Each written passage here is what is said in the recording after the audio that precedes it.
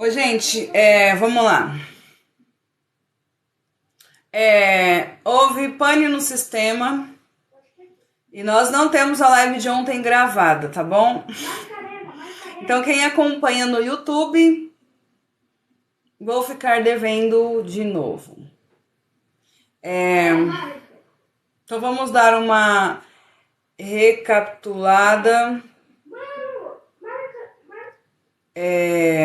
no que nós vimos ontem, brevemente, para ver se a gente consegue concluir o capítulo 6 hoje. Boa noite, Sebastian. Já tem...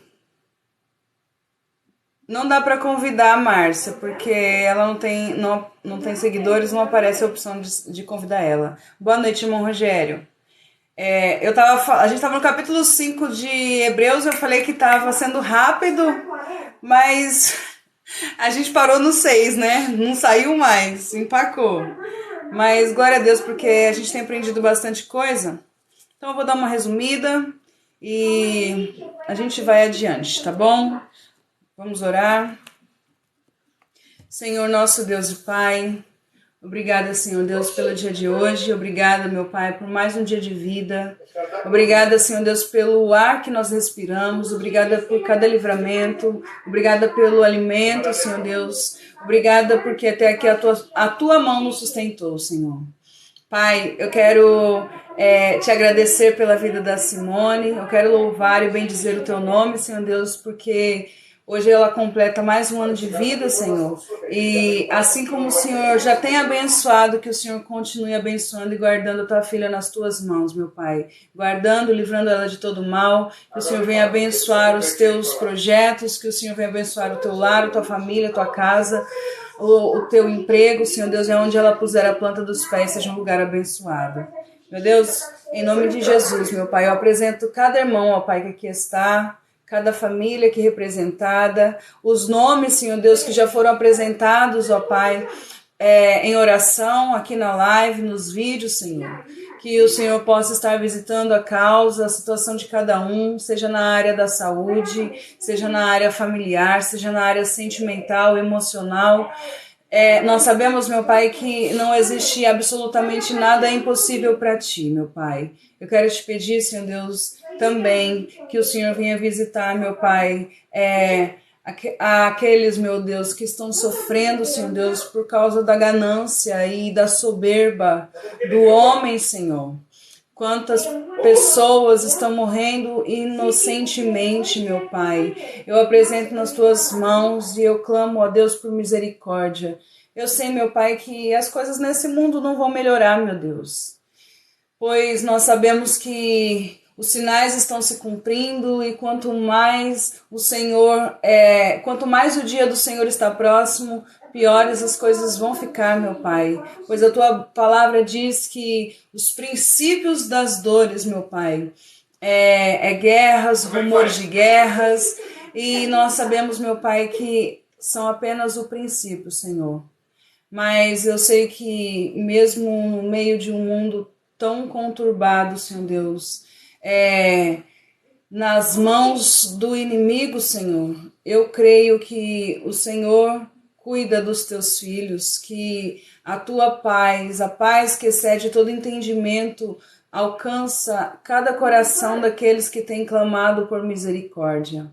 Pai, em nome de Jesus, não permita, Senhor Deus, que ninguém venha descer à sepultura sem antes conhecer a tua palavra, sem antes receber o teu evangelho, a tua graça e o teu Filho como Salvador, Senhor. Tem misericórdia, meu Pai, daqueles que fazem guerra, em nome de Jesus, que eles venham se arrepender genuinamente, meu Pai, ainda que eles tenham um preço a pagar, assim como foi com Davi, mas que eles se arrependam, Senhor, que eles verdadeiramente se arrependam. Em nome de Jesus, eu oro por misericórdia, até daqueles que se dizem ser inimigos, meu Pai. Que o Senhor neste instante venha iluminar, meu Pai, o nosso entendimento, que o Senhor venha manifestar a sabedoria do Teu Espírito sobre as nossas vidas, que o Senhor venha falar com cada coração e que a Tua palavra, meu Pai, ela venha produzir, proporcionar, meu Pai, o efeito e o propósito, meu Pai, para qual ela foi designada, Senhor. Eu creio que a tua palavra é viva, é eficaz, é pura. Eu creio que a tua palavra tem poder, Senhor. Eu creio que a tua palavra tem poder para curar, para salvar, para libertar, para transformar, para ressuscitar, para renovar, para avivar, Senhor Deus, e principalmente para salvar, Senhor. Em nome do Senhor Jesus Cristo, que nessa noite, meu Pai, nós sabemos que a Tua palavra não se renova, meu Pai. Ela é a mesma ontem, hoje e será eternamente, Senhor. Mas eu sei que as nossas necessidades, elas se renovam e a Tua palavra, Senhor Deus, ela tem poder para ir de encontro com cada um, com cada necessidade, com cada coração, Senhor. Em nome de Jesus, meu Pai, fala conosco. Abre os nossos corações, que os nossos ouvidos e os nossos espirituais estejam atentos ao que o Senhor tem a nos dizer. Todo entendimento, conhecimento, sabedoria humana caia por terra, que não prevaleça a vontade do homem, mas que prevaleça a tua vontade e o teu querer, agora e para todo sempre, Senhor. Em nome de Jesus. Amém. E graças a Deus.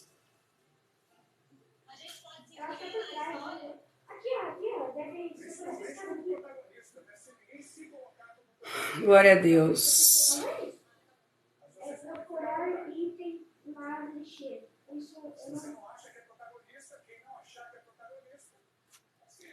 Boa noite, Aline. Qual conceito tu tens de Caio Fábio? Nenhum.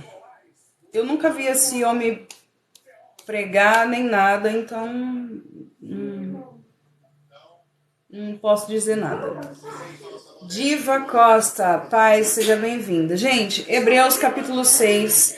Eu vou dar uma breve resumida, tá bom? Vou tentar ser o mais rápida possível. A partir do versículo 13.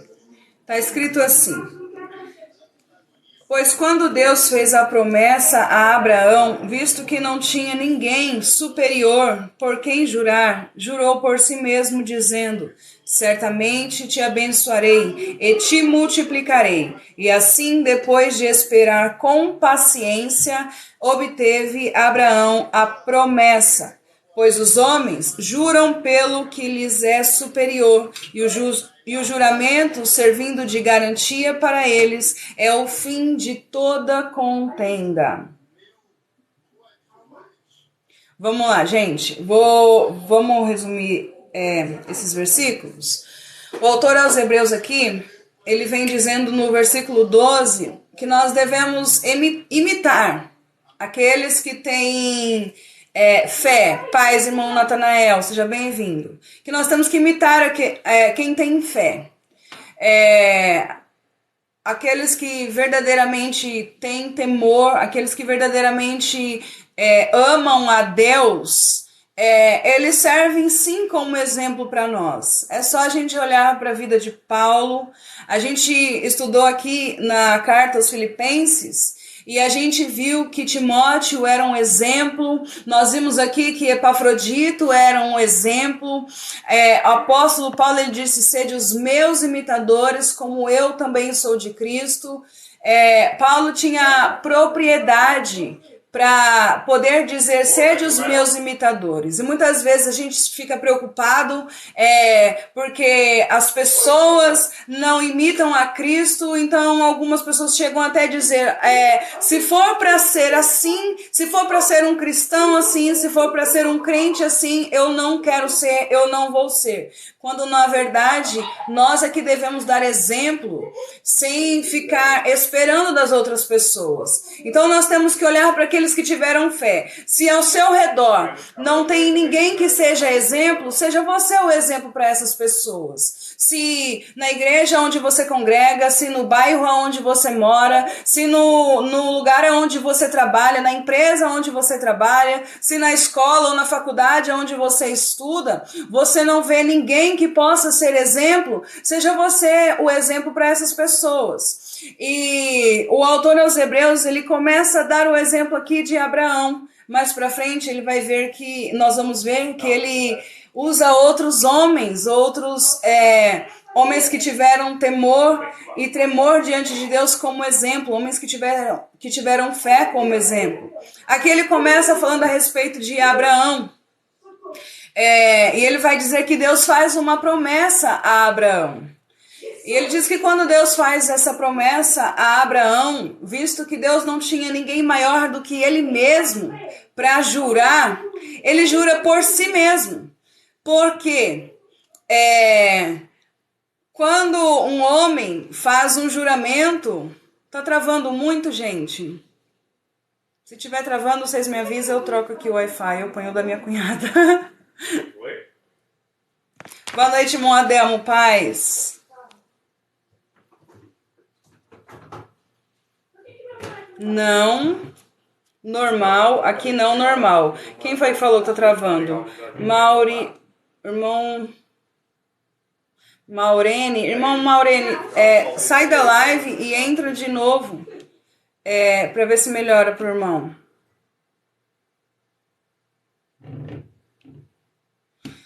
Vamos lá, então, já que tá normal, bora continuar.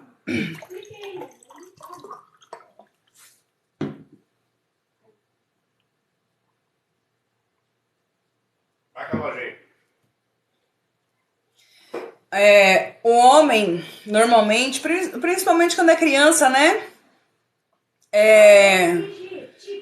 Principalmente quando é criança, a criança vai falar assim, eu juro pela minha mãe. Quantas vezes eu, quando era criança, eu falava, eu juro pela minha mãe mortinha.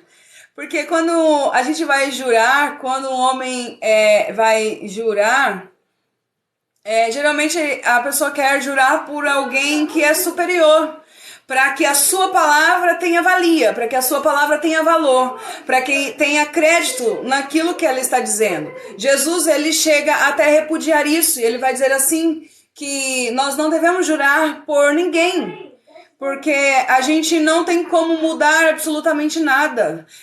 Então, quando a gente falar sim, o nosso sim deve ser sim. Quando a gente disser não, o nosso não deve ser não. Mas o que Jesus repudia é juramentos vãos. Mas, por exemplo, quando uma pessoa casa, ela faz um juramento. Ela assume um compromisso e aquilo não deixa de ser um juramento. Então, quando você diz sim, quando você se compromete, você deve honrar a tua palavra. E a Bíblia está dizendo, o autor aos Hebreus está dizendo que Deus, ele não tem ninguém maior para jurar. Deus não pode dizer como diz uma criança, eu juro pela minha mãe mortinha, porque Deus, ele é maior que todas as coisas. Ele não passou a existir, ele é eterno.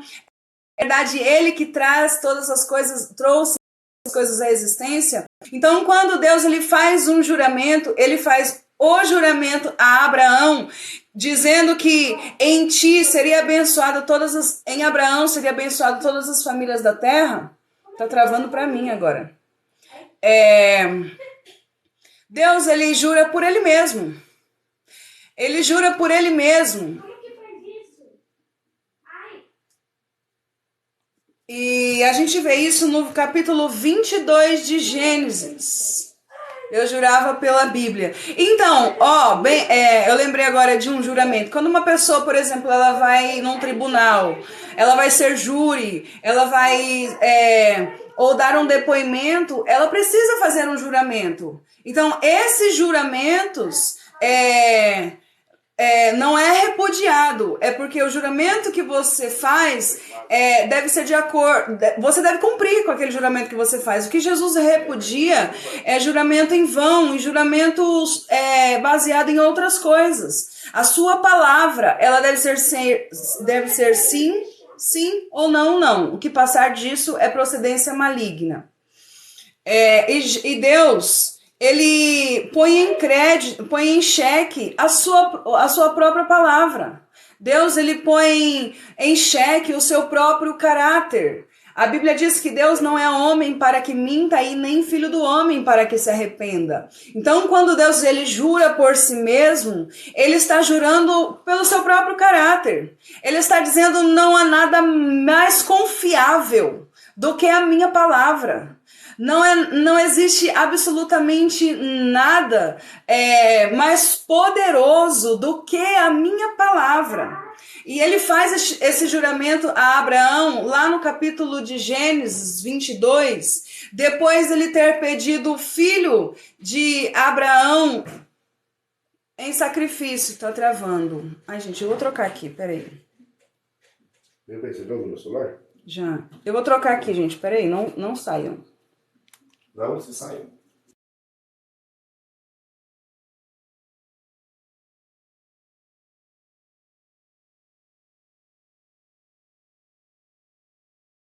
A live cai, desliga. Não está travando, tá normal, tá normal, tá normal. Tava travando pra mim também. Por isso que eu troquei. Aí eu fico em câmera lenta aqui, é muito estranho. Vamos ver se agora para. Em Gênesis capítulo 22, Deus pede a Abraão o único filho. Um detalhe que a gente disse ontem, Abraão tinha Ismael também como filho. Só que quando Deus ele pede um filho a Abraão, Deus ele diz o teu único filho. É porque Isaac era o único filho da fé. Ismael não era filho da fé. Ismael era o filho das obras da carne.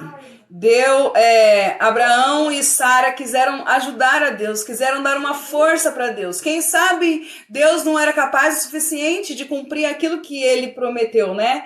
Quem sabe Deus precisa de nós para cumprir o que ele prometeu. Então eles vão lá e dão uma ajuda a Deus. Só que na verdade, depois Deus se apresenta novamente a Abraão e vai dizer: Abraão, não, aquele que for gerado de ti, esse é o filho da promessa. No capítulo 22, Deus pede esse filho como prova de amor para Abraão. A Bíblia diz que Deus ele prova a fé de Abraão.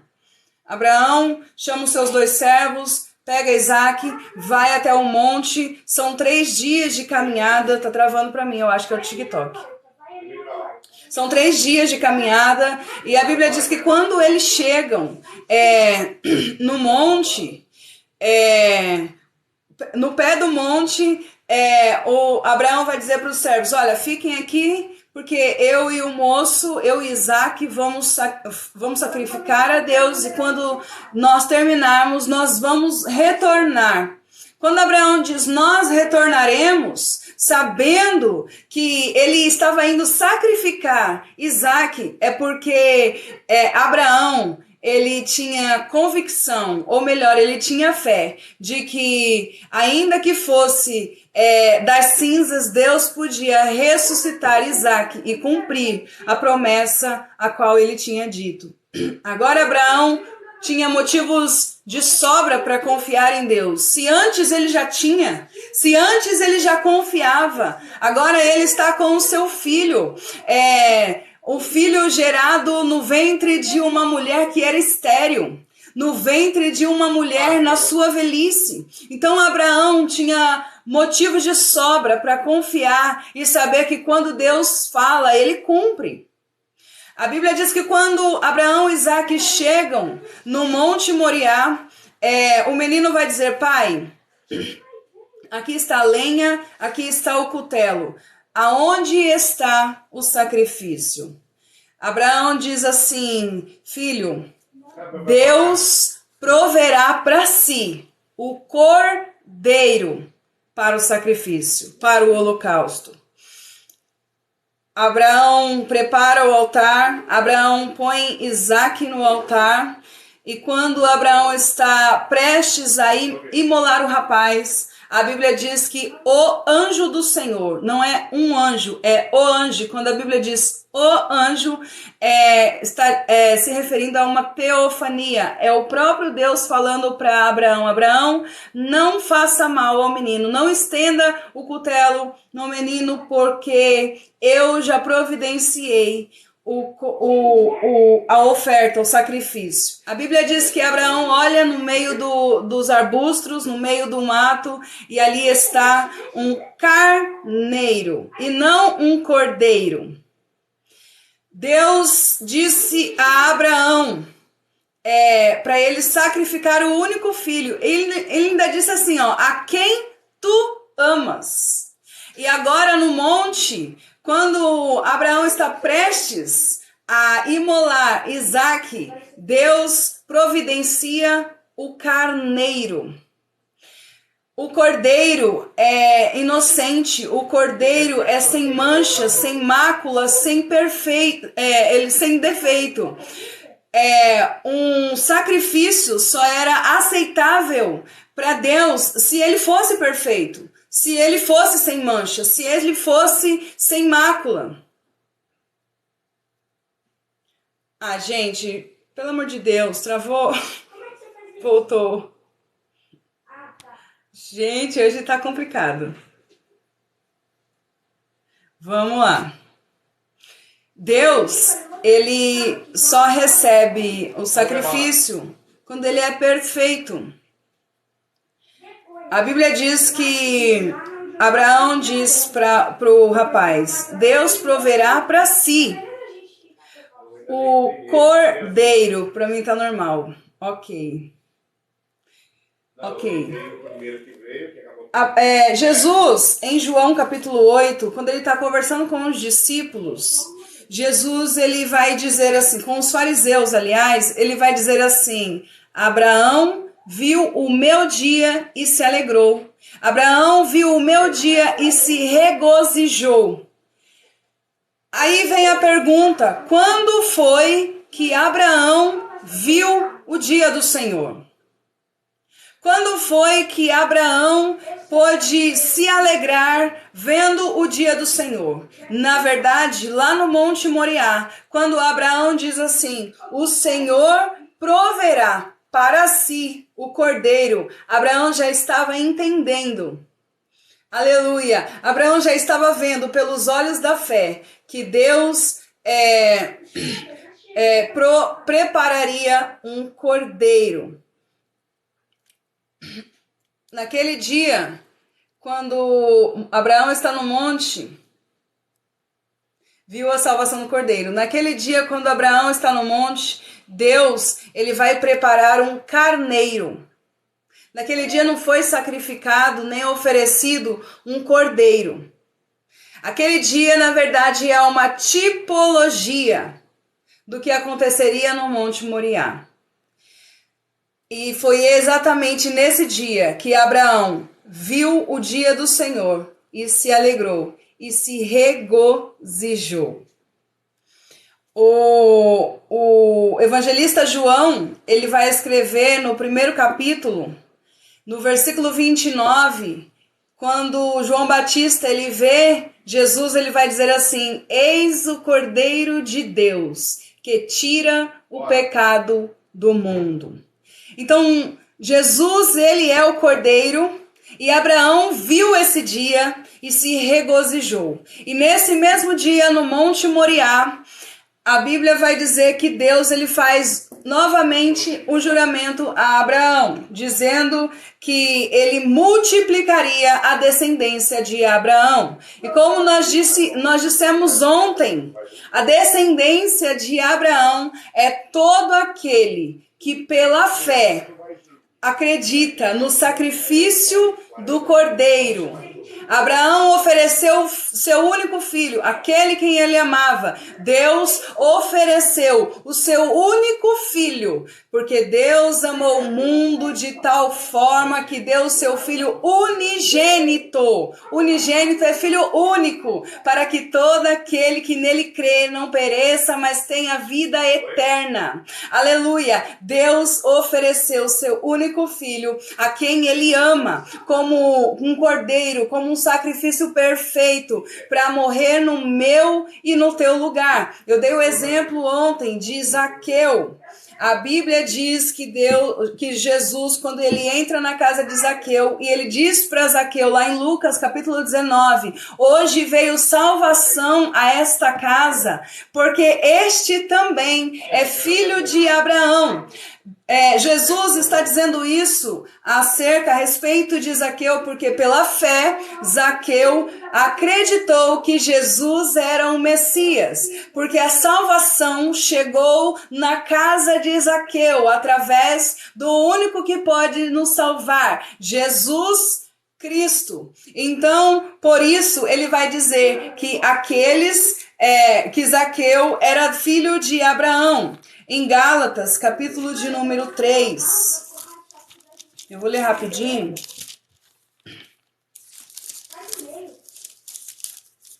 Gálatas, capítulo de número 3, está escrito...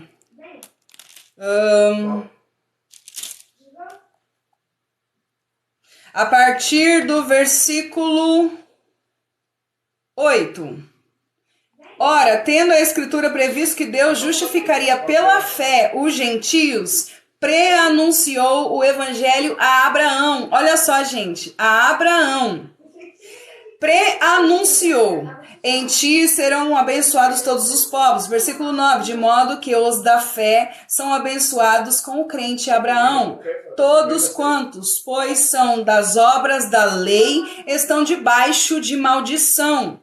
Porque está escrito, maldito todo aquele que não permanece em todas as coisas escritas no livro da lei para praticá-las. Versículo 11. E é evidente que pela lei ninguém é justificado diante de Deus, porque o justo viverá pela fé. Ora, a lei não procede da fé, mas aquele que observar os seus preceitos, por eles viverá. Cristo nos resgatou da maldição da lei, fazendo-se ele próprio maldição em nosso lugar. Porque está escrito, maldito todo aquele que for pendurado no madeiro, para que a bênção de Abraão chegasse aos gentios em Jesus Cristo, a fim de que recebêssemos pela fé o Espírito prometido. Ou seja, todo aquele que pela fé, aleluia, pela fé em Jesus Cristo se achega a Deus, ele é descendência de Abraão. Tendo visto que Abraão, ele é conhecido como pai da fé. Exatamente por isso que nós somos filhos de Abraão também, né? Porque nós somos filhos do pai da fé. Nós temos fé e por isso somos descendentes do pai da fé. Então, voltando lá para Hebreus, o contexto a qual o autor está se referindo aqui no versículo 14, que Deus faz um juramento, ele está lembrando desse dia. Ele está se referindo ao Antigo Testamento. Sabe o que é lindo? Como eu já tenho falado aqui algumas vezes, o autor aos Hebreus é o escritor do Novo Testamento que mais utiliza do Antigo Testamento. Mas todas as vezes que ele anuncia, todas as vezes que ele apregou o Antigo Testamento, ele está apontando para Cristo. Porque tudo aquilo que os nossos antepassados viveram no passado, aquilo era uma sombra. Aquilo era uma tipologia, aquilo apontava para Cristo. Então, se eles viviam na sombra e agora nós vivemos na realidade, nós não devemos voltar para a sombra, gente. Se nós não aceitamos Jesus como o sumo sacerdote, nós estamos voltando para as sombras. Se nós não aceitamos o sacrifício de Cristo como suficiente, como eficaz, como perfeito, nós estamos voltando para a sombra. Dizer que a salvação depende do nosso esforço, dizer que a salvação depende do nosso mérito, depende daquilo que nós fazemos, é você simplesmente anular o sacrifício de Jesus, diminuir o sacrifício de Jesus. Tudo aquilo que ele fez foi bom, ok, mas não foi o suficiente. Eu preciso fazer mais alguma coisa, eu preciso acrescentar alguma coisa. É a mesma coisa que Sara fez depois de ter recebido a promessa de Deus. Deus disse que em Abraão seria bendita todas as famílias da terra. E Sara não tinha filho. Então o que ela faz? Deus prometeu, Deus falou. Só que para cumprir aquilo que Deus disse, nós precisamos ajudar a Deus. Nós precisamos dar uma força. E ninguém precisa ajudar a Deus, irmãos. Deus não precisa da ajuda de ninguém. Deus não precisa da ajuda de ninguém. Ele é fiel para cumprir aquilo que ele prometeu. Ele é capaz, ele jura por si próprio. A Bíblia diz que se nós formos infiéis, Deus todavia permanece fiel, porque ele não pode negar a si mesmo. Deus não mente, Deus não falha, Deus é fiel para cumprir tudo aquilo que ele disse que faria. E o que ele disse que faria? Que em Abraão seria bendita todas as famílias na terra, pela fé, através da fé. E aquele que crê em Jesus Cristo, no seu sacrifício, sai da sombra e passa agora a viver a realidade. Irmãos, deixa eu falar uma coisa para você. Uma vida com Cristo, a graça, uma vida com Jesus, não é algo que você só vive dentro da igreja, algo que você só vive nos dias de culto, algo que você só vive na live à noite, algo que você só vive quando você ouve uma pregação. É uma realidade a qual você vive ela 24 horas por dia. A cada segundo do seu dia, aleluia, você está vivendo a realidade de uma vida com Cristo, de uma nova vida, de um evangelho verdadeiro, de um Jesus Cristo que é vivo e que intercede por mim e por você todos os dias, a cada instante. A Bíblia diz que ele é o nosso mediador, a Bíblia diz que ele é o nosso intercessor, a Bíblia diz, aleluia, que ele é o nosso advogado fiel e justo. E isso não é só na hora que as coisas ficam difíceis, isso não é só na hora que o calo aperta. Deus, Jesus, o Espírito de Deus está com você 24 horas do seu dia. Aonde você estiver, aonde você for, aonde você andar, Deus está contigo. Jesus, ele intercede por você. Isso é uma realidade, irmãos. A sombra era uma vez por ano. Eles iam até o templo entregar sacrifícios, entregar ofertas, entregar holocaustos. Os sacerdotes preparavam, os levitas preparavam. O sumo sacerdote era o único que entrava no lugar santíssimo e fazia expiação pelos pecados das pessoas. Uma vez por ano. Todos os dias era entregue ofertas, todos os dias era entregue sacrifício, mas tinha o dia da expiação, que era feito uma vez por ano. Irmãos, eles não entravam na presença de Deus. E nós já vimos aqui em Hebreus que nós temos acesso livre ao trono da graça. Para que voltar às sombras? Não viva a sombra, viva a realidade. E a realidade é que você tem acesso livre, que você é filho, que você tem um pai, que você é cuidado, que você não está sozinho. Ainda que o mundo te vire as costas, você não está sozinho. Deus não é homem para que minta e nem filho do homem para que se arrependa. Aline, e quais são as promessas de Deus? As promessas de Deus é que eu vou ter vitória. As promessas de Deus é que nós vamos dar a volta por cima. As promessas de Deus é que Deus vai abater os nossos inimigos e nos exaltar. Gente, essas não são as promessas de Deus. Mas Aline, você está dizendo que a gente não vai ter vitória? Olha, só da gente estar aqui já é uma vitória. Só da gente chegar até aqui já é uma vitória, irmãos. Só da gente ter Jesus Cristo como nosso mediador. Isso aqui é mais vitória do que... Isso aqui é algo inferior. É claro, eu não estou dizendo que Deus ele não pode abençoar financeiramente uma pessoa. Eu não estou dizendo que Deus não pode abençoar com milagres, com sinais, com prodígios. Se Ele quiser, Ele faz, Ele é Deus. Ele fez na vida de Davi, Ele fez na vida de Abraão, Ele fez na vida dos nossos irmãos, Ele já fez nas nossas vidas. Todos nós aqui, se fôssemos contar algo que Deus já fez, eu acredito, eu creio que cada um de nós temos testemunhos, temos algo para contar de extraordinário que Deus fez nas nossas vidas. Mas as promessas de Deus espirituais, as promessas de Deus para a sua igreja, elas são, na verdade, promessas de vida eterna.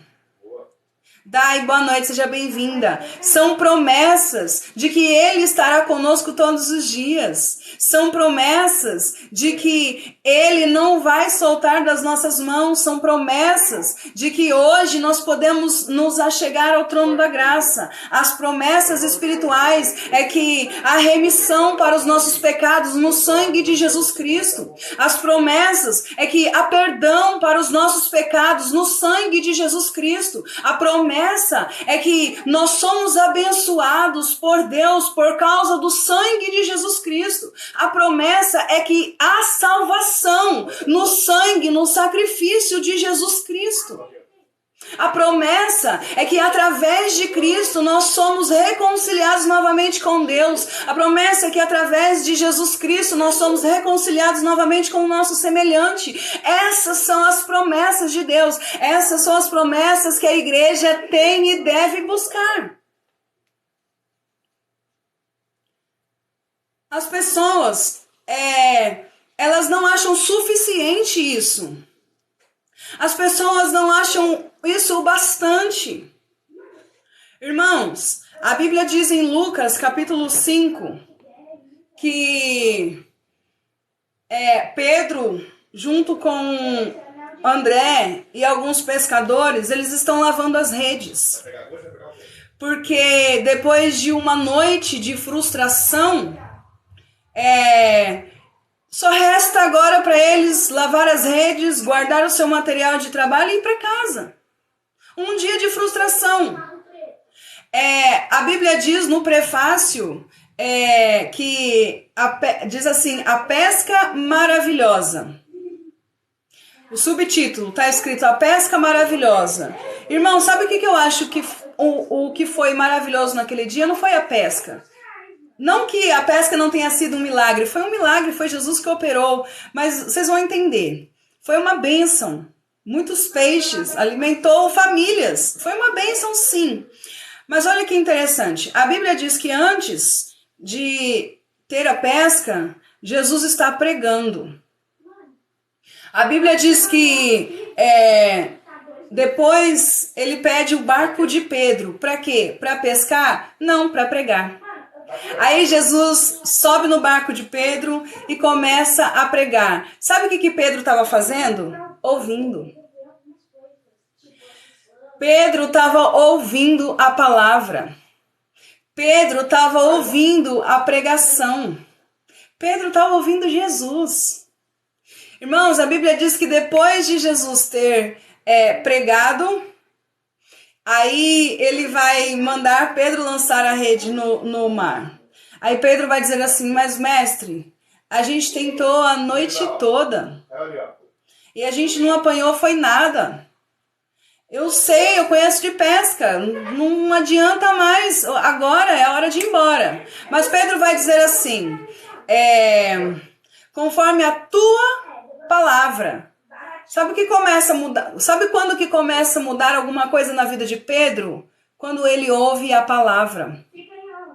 Quando ele ouve Jesus pregando. Aleluia. E aí ele vai dizer assim, olha, eu sei o que eu estou fazendo, mas conforme a tua palavra eu vou lançar a rede. Irmãos, a Bíblia vai dizer que eles vão pegar tanto peixe, foi um milagre, foi um sinal, foi um sinal. Glória a Deus por isso. A Bíblia diz que eles pegam tanto peixe que eles precisaram de ajuda, porque o barco quase foi a pique. Sabe o que acontece? Você vai ler lá, no mesmo capítulo. A Bíblia diz que Pedro vai deixar as redes, vai deixar os peixes, vai deixar tudo. E vai seguir a Jesus. Olha porque eu disse que o mais maravilhoso não foi a pesca.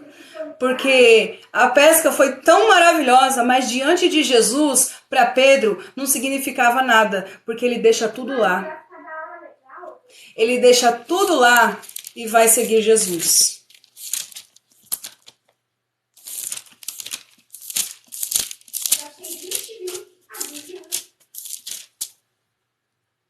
Se fosse na vida real, ia ser uma dor no coração, né? Nossa. Olha só. Lucas 5. Lucas 5, versículo 11. E arrastando eles o barco sobre a praia, deixando tudo. Tá bom, Ediane, Deus abençoe. Deixando tudo. Essa pesca maravilhosa, eles deixaram. Versículo 11. E arrastando eles o barco sobre a praia, deixando tudo, o seguiram.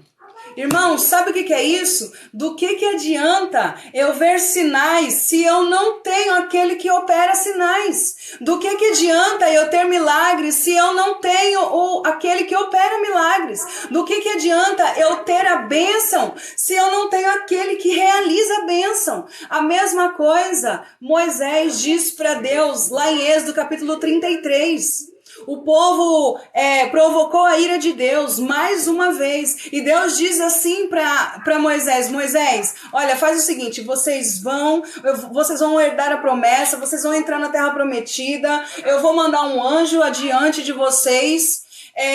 Só que tem uma coisa, Moisés, eu não vou, esse povo é um povo de dura serviço, vai vocês, eu não vou.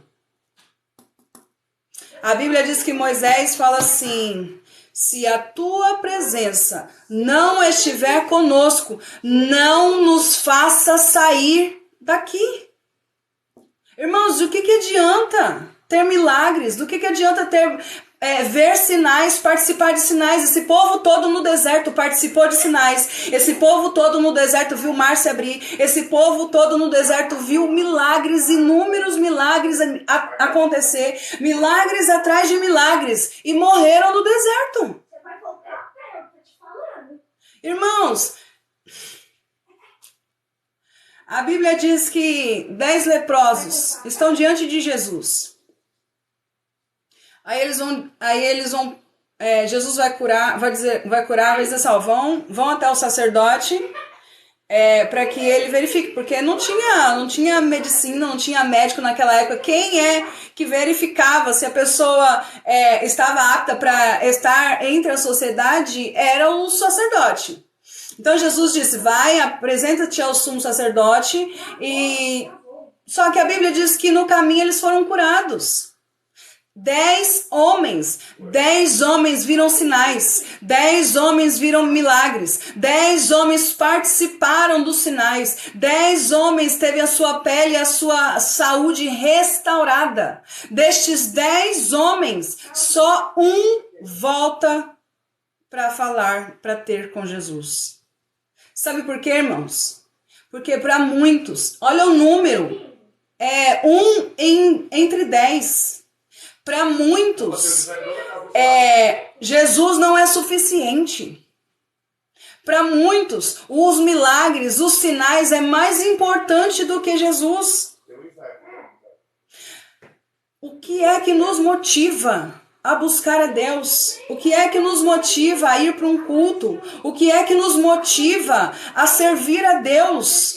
O que é que nos motiva a obedecer? O que é que nos motiva a estar com Cristo? É as bênçãos que Ele pode nos oferecer ou Ele nos basta? Ou Ele nos é suficiente, recebendo bênçãos materiais, físicas ou não? O autor aos Hebreus, no capítulo 6, ele diz assim, ó, eles participaram, mas caíram. Ele está se referindo ao povo que participou das bênçãos de Deus no deserto e caíram por causa da incredulidade, irmãos. A gente precisa crer. A gente precisa ter convicção de que o que Jesus fez para nós foi suficiente. O que Jesus fez por nós foi simplesmente impagável, imerecível. O que a gente pode fazer é ser grato, é amá-lo porque ele nos amou primeiro. Você não precisa amar a Deus para Ele te amar. Você não precisa querer agradar a Deus para Ele te amar. Ele já te amou antes disso. Quando eu estava grávida, eu tenho 2 filhos. E nas minhas 2 gravidez, eu nem via o rosto deles. Eu nem sabia ainda qual era o sexo, se era menino, se era menina, se eu comprava rosa, se eu comprava azul. Eu já amava eles. Eles não fizeram nada. Nada. Os meus filhos não precisaram me agradar para eu amá-los. Eu já amava antes mesmo deles nascer. Deus sempre te amou. Quando a gente começa a entender que o que a gente faz não é para merecer, porque o que a gente recebeu é imerecível, a gente começa a fazer para Deus, a gente começa a amar a Deus de uma forma muito mais leve, muito mais livre, muito mais... como Jesus diz, o meu fardo é suave, o meu fardo é leve, o meu jugo é suave. Paz, nega. Paz, Hernandes, boa noite, gente. Durmam com Deus. Deus abençoe. Vamos lá. Então a gente precisa compreender, gente. Deus já me amou. Deus já me amou. Deus já ofereceu um sacrifício. Sabe como os nossos antepassados... Boa noite, Juliana, seja bem-vinda. Eu não adoro pelo que ele faz. Sabe como é que os nossos antepassados foram justificados no passado, ainda que fosse na dispensação da lei? Pela fé no Messias que havia de vir.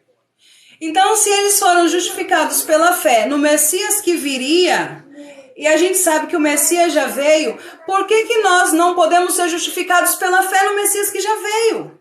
Se eles eram justificados pela fé na sombra do que havia de vir, nós que vivemos a realidade, nós somos justificados por ela. Aleluia! Paz, irmão Rafael, Carlos, sejam bem-vindos. Entendam uma coisa, Jesus Cristo, Ele tomou sobre si todos os nossos pecados, todas as nossas enfermidades, todas as nossas dores, e por causa das suas pisaduras nós fomos sarados, já fomos. O sacrifício já foi entregue, o Filho já foi entregue, o sangue já foi vertido. Se isso não é suficiente para nos salvar, irmãos, nada mais é. Se a gente não acredita que isso é suficiente para a salvação, isso é o caminho da incredulidade. O caminho da incredulidade é a apostasia. Continuando aqui. Versículo 17. Por isso, Deus quis mostrar firmemente aos herdeiros da promessa a imutabilidade do seu propósito. Se interpôs com juramento, para que mediante 2 coisas imutáveis, nas quais é impossível que Deus minta. Boa noite, Dai, Deus abençoe. Forte alento tenhamos, nós que já corremos para o refúgio. O que é apostasia? Apostasia é abandono da fé, Emily. Temos mais 9 minutos para o aniversário da Simone. Olha só, isso aqui é muito importante, gente. Vocês estão aí, vocês estão ouvindo, vocês estão acordados.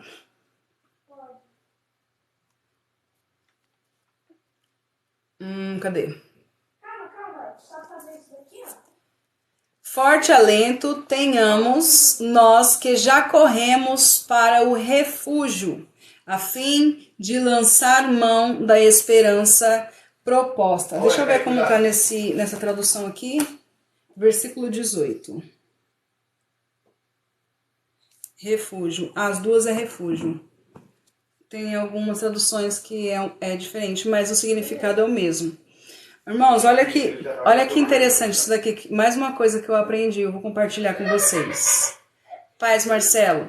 Mais uma coisa que eu aprendi e vou compartilhar com vocês. O autor está dizendo aqui que nós temos forte alento naquele que é o nosso refúgio.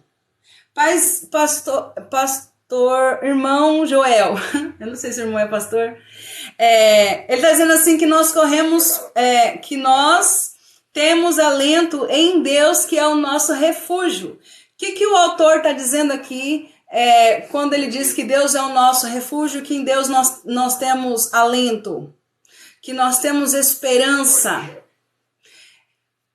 Todas as vezes, até mesmo quando os salmistas, por exemplo, no Salmo 40, que ele diz assim, ó, o Senhor é o meu refúgio e a minha fortaleza.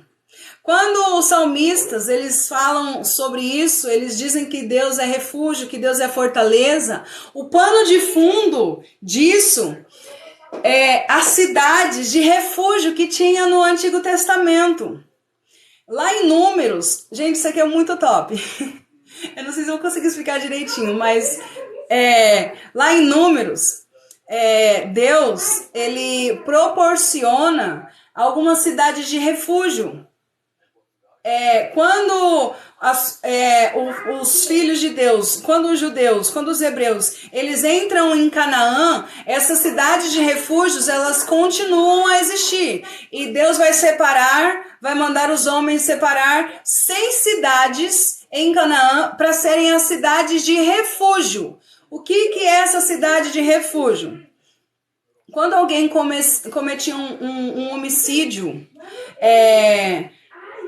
por acidente, quando alguém feria alguém por acidente, havia um julgamento, essa pessoa tinha que ser julgada. Só que até esse julgamento, a família da vítima, ela podia se vingar. Lembra que está escrito olho por olho e dente por dente? Era assim antes. Então, eles podiam se vingar. Então, aquele que cometeu o homicídio, aquele que cometeu um crime por acidente, sem querer, por exemplo, eles estavam trabalhando e um feria o outro com uma ferramenta pesada e essa pessoa via a óbito. Então, ele tinha que provar a sua inocência, juntar 2 testemunhas e provar a sua inocência. Mas nesse meio tempo, a família da vítima podia se vingar.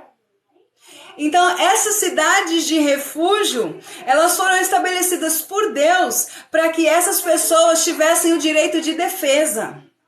Olha isso que interessante, gente. Essas pessoas tinham na cidade de refúgio um lugar para se abrigar. Assim, aqueles que queriam se vingar, aqueles que queriam praticar a justiça com as suas próprias mãos, não podiam fazer, porque eles estavam abrigados, porque eles estavam na cidade de refúgio. Nessa cidade de refúgio, ali era feito o julgamento. Nessa cidade de refúgio, o sumo sacerdote, ele ia preparar como se fosse uma audiência, como se fosse um tribunal. Ele ia julgar a causa, e se o sumo sacerdote, ele se fosse comprovado que não foi por acidente, que foi por maldade, que foi proposital, essa pessoa saía da cidade de refúgio e assim ela estaria nas mãos dos seus vingadores. Só que se o sumo sacerdote dissesse que aquela pessoa era inocente, ela podia ficar naquela cidade de refúgio até o último dia da sua vida. E se caso acontecesse do sumo sacerdote morrer, mesmo antes do julgamento, aquela pessoa se tornaria livre.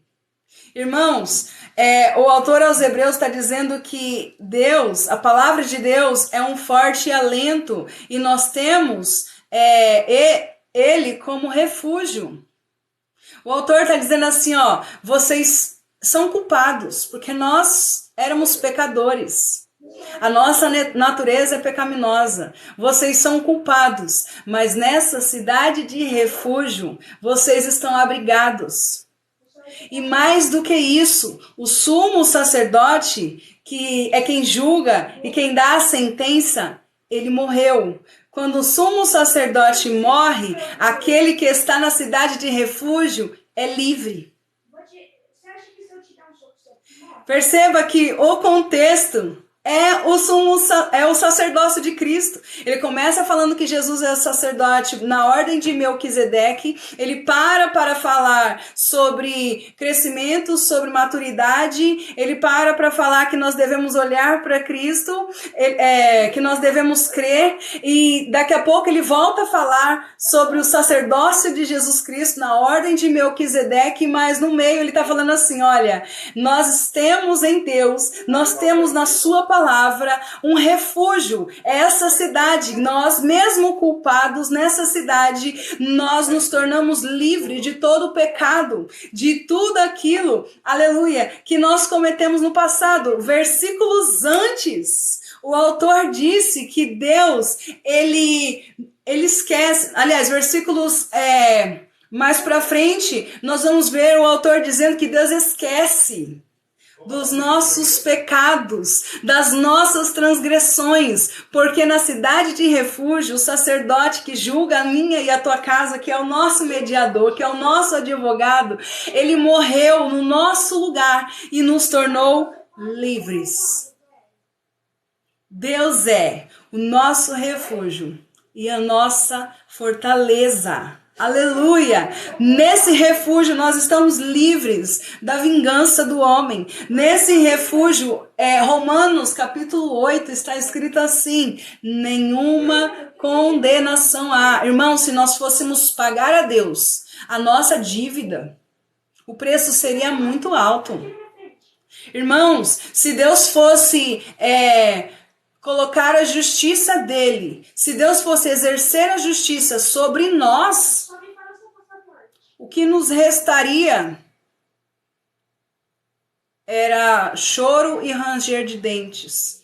O apóstolo Paulo, ele escreve aos Romanos, ele vai dizer assim, que todos nós pecamos e destituídos fomos da glória de Deus. Então, se Deus fosse exercer a justiça dele em nós, nós jamais estaríamos com Deus na sua glória. Só que nós estamos na cidade de refúgio. E o sumo sacerdote que julga a nossa causa, ele pagou a nossa dívida. Ele pagou o preço, aleluia, pelo meu e pelo teu pecado. E por ele e nele, através dele, nós temos liberdade. Liberdade. E conhecereis a verdade, e a verdade vos libertará. Se, pois, o Filho do Homem vos libertar, verdadeiramente sereis livres. Em Deus nós temos esse refúgio. Aleluia. Aleluia. Deixa eu terminar o capítulo 6, gente. Versículo 19. Guardem isso é muito top. Eu vou fazer um vídeo depois, mas vocês tiveram spoiler. Vocês foram privilegiados. Versículo 19. A qual temos por âncora da alma, segura e firme, e que penetra além do véu. O que é âncora, gente? É um navio, quando ele lança a âncora no mar, para que ele esteja seguro. Um navio, quando ele lança a âncora no fundo do mar, é para que nem as ondas, nem os ventos que chacoalham as ondas de um lado para o outro o tire do lugar. Irmãos, nós temos em Cristo a âncora. Aleluia, para a nossa alma aprisionar, ancorar. Isso mesmo, irmão Fábio, paz do Senhor. O irmão Fábio sempre mandou uma mensagem, eu já estou no final, eu nem sei se ele já estava aí antes. Jesus Cristo é a nossa âncora.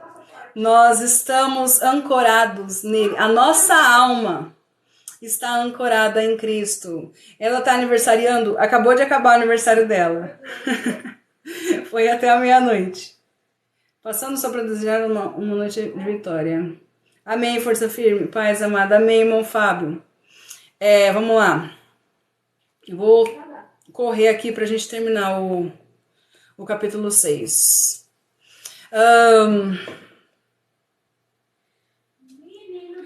Segura e firme que penetra além do véu. Gente, quando ele diz que penetra além do véu, mais uma vez, ele está fazendo uma referência.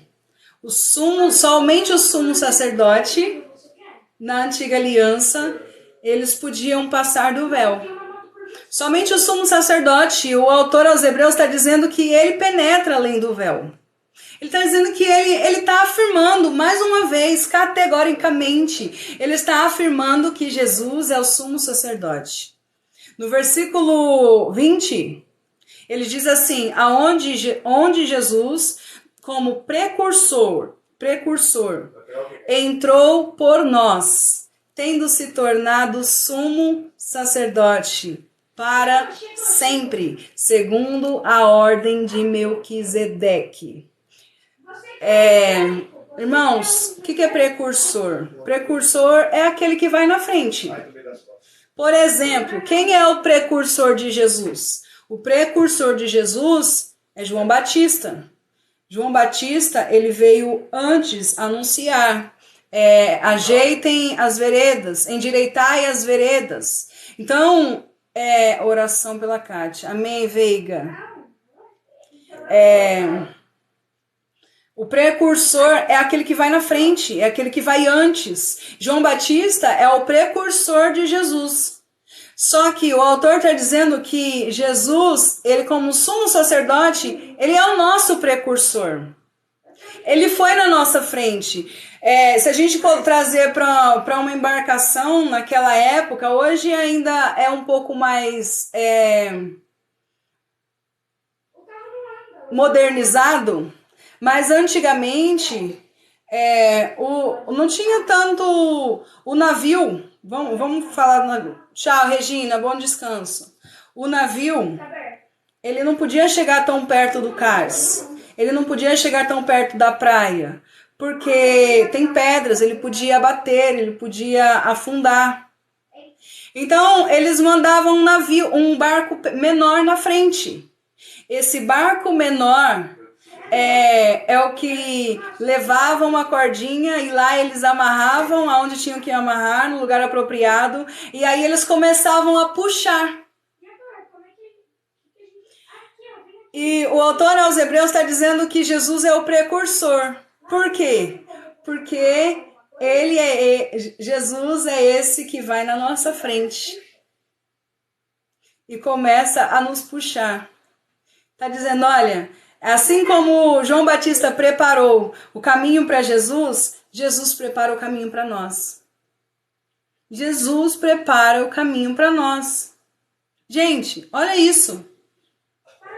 Não é a gente que prepara o caminho, é Ele que prepara o caminho para nós. Ele é o nosso precursor. Ele entrou por nós, tendo se tornado sumo sacerdote para sempre. O autor aos Hebreus está dizendo aqui, não precisa de outro sumo sacerdote. A gente vai ver muito isso agora a partir do capítulo 7.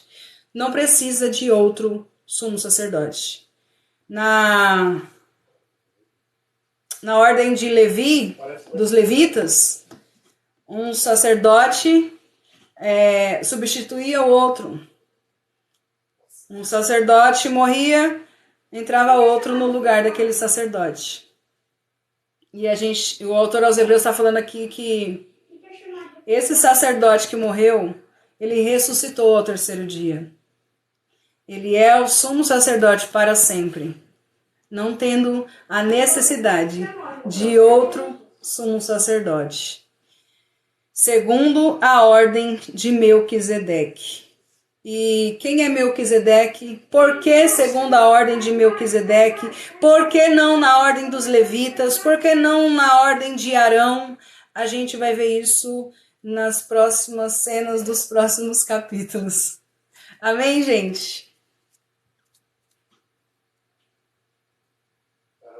Bora bater 100k. Falta pouco, gente. Amém, galera? Ah, não. Sempre tem que ter um anão, né?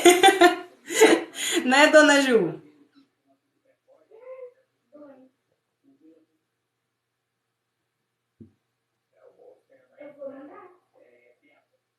Boa noite, amada. Manda um abraço para nós da Ucrânia. É sério, Leandro? Que você tá na Ucrânia? Misericórdia, Senhor. A gente tá orando, viu? Acho que aqui...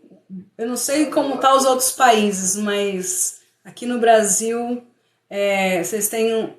O povo da Ucrânia tem uma corrente muito forte de oração. Que Deus, ele tenha misericórdia. Agora que tá ficando bom, vai acabar. Pois é, Ju. Acabamos o capítulo 6. Saímos do capítulo 6. Pra glória de Deus. Quantas lições, gente. Quantas lições. Quantas lições. E duas coisas maravilhosas. Essa de Abraão, né? Que ele vê o dia do Senhor... Lá quando ele diz, Deus proverá para si um cordeiro. Porque naquele dia, Deus preparou para Abraão um carneiro. Então, Abraão estava vendo o dia do Senhor e se alegrando. Como disse Jesus em João, capítulo 8, versículo 56. Nós aprendemos o que é a cidade de refúgio. Eu não entrei em muito detalhe por causa do tempo, mas nós vimos um pouquinho o que é uma cidade de refúgio. E nós sabemos que Deus é o nosso refúgio e a nossa fortaleza. Sabemos que Ele é o nosso precursor, o nosso sumo sacerdote, para todo sempre. Cheguei agora e já está indo. Sim, Emily, paz Jeremias. Pega você, Caio. Amanhã é E amanhã é folga, né? Ufa, gente. Gente, tá muito calor. Eu falei que ia hoje buscar o meu ventilador no salão. Eu não fui. Porque, na verdade, eu fui lá no salão hoje, mas esqueci o ventilador. A cabeça da pessoa. Aldeni Miranda. Paz do Senhor. Oremos pela Ucrânia. Abençoada noite. Amém, Adriano. Eu vou orar e nós vamos encerrar. Quem é de São Paulo aqui? Você é inteligente. Diva, amém. Shalom, Linderberg, amém. Quem é de São Paulo aqui, gente? Aqui em São Paulo a gente tá fritando. A gente tá assando. Aí a gente deixa a janela aberta, entra... pernilongo, percevejo, baratas, tudo quanto é bicho. Tá quente, né, gente? Salvador, Bahia. Simone tava na praia hoje. Simone não pode nem murmurar.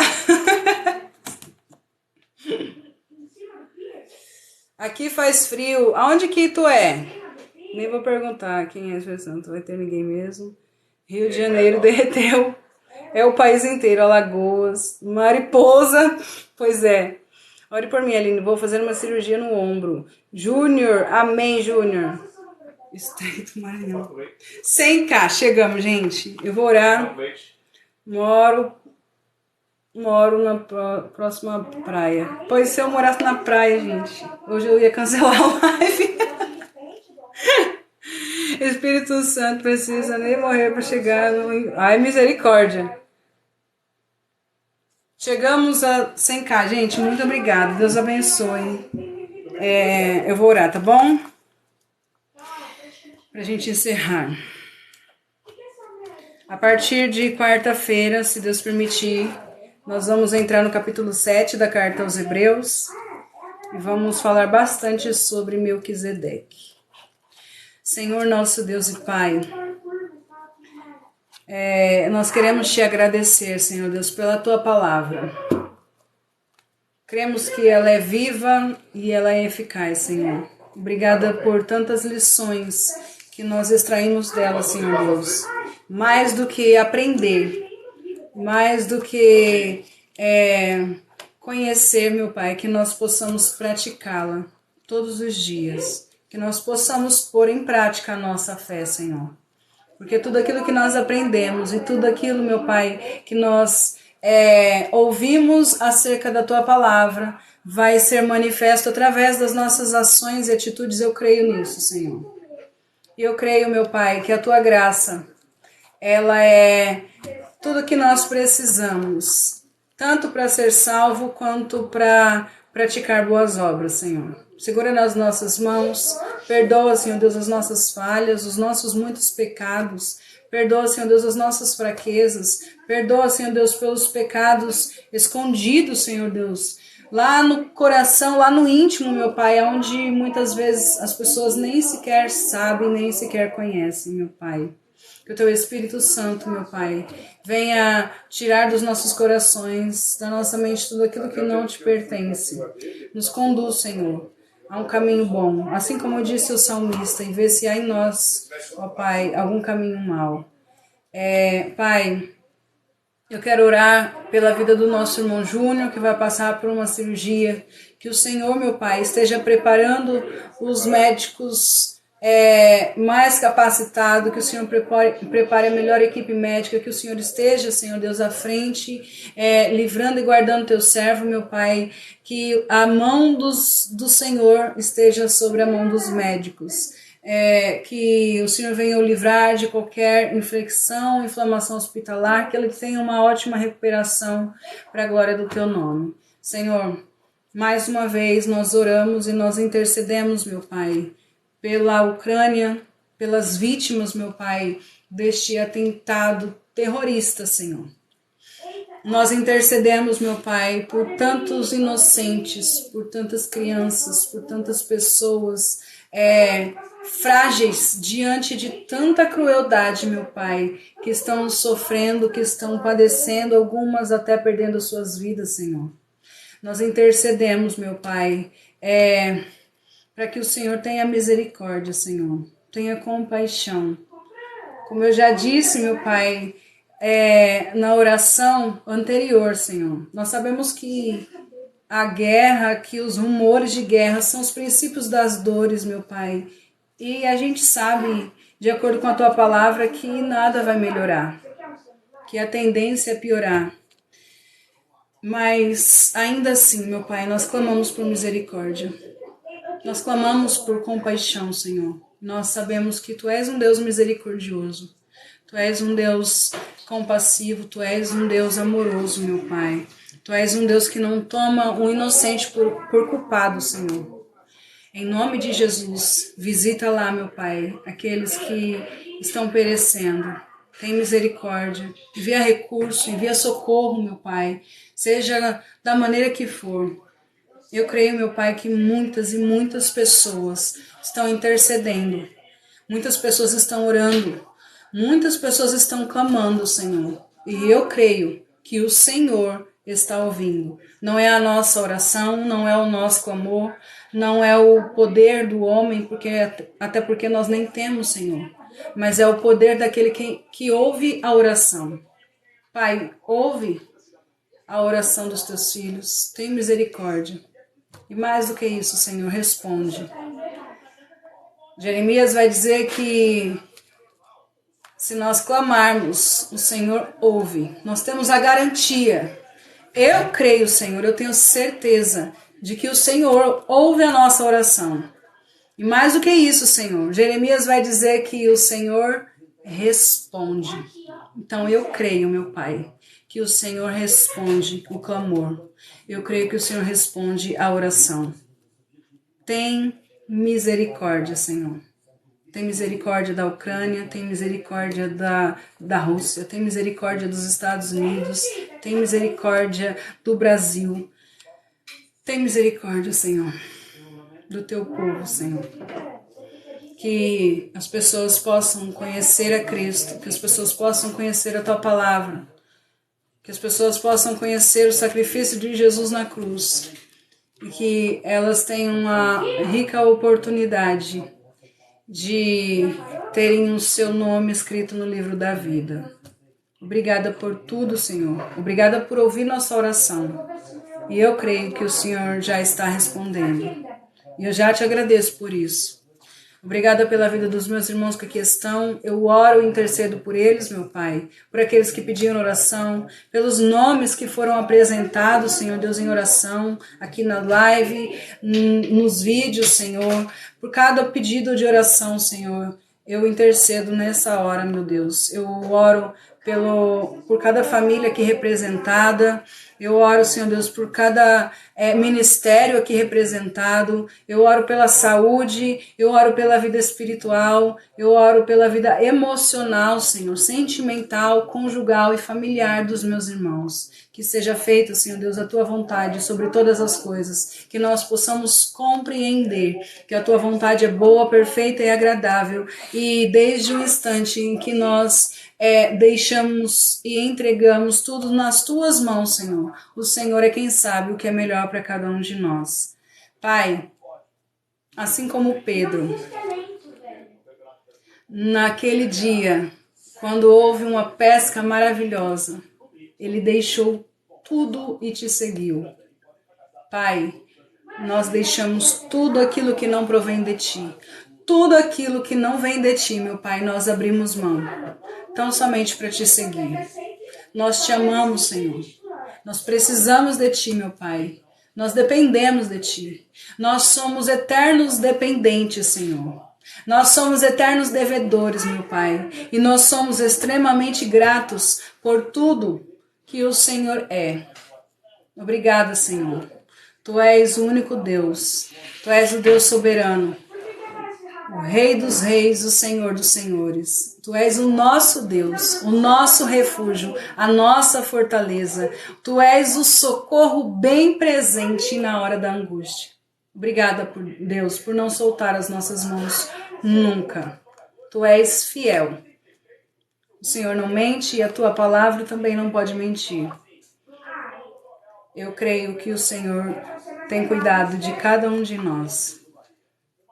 Nos dá uma boa noite de descanso, uma semana abençoada, nos livra de todo mal, nos guarda debaixo das Tuas potentes mãos, nos livra do homem sanguinário, do homem mau, nos torna invisíveis, meu Pai, aos olhos desses homens, dessas pessoas com intenções ruins, meu Pai. Obrigada mais uma vez por tudo. Amém. E graças a Deus.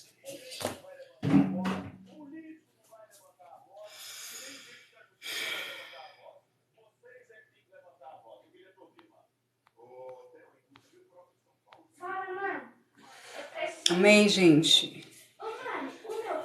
Que calor. Que calor.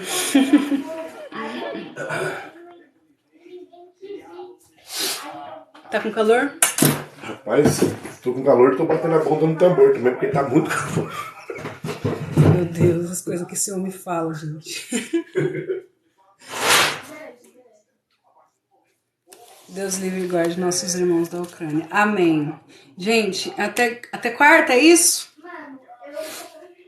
Vai dar tempo de eu estudar mais um pouco. Deus abençoe vocês. Fiquem na paz. 100.000 curtidas. 100.000 curtidas. Irmão Cristiano, que a paz do Senhor esteja contigo. Aline, te amo no amor do Senhor. Amém, Radassa, sua linda. Amo vocês em Cristo. Fui. Agora eu fui, é sério.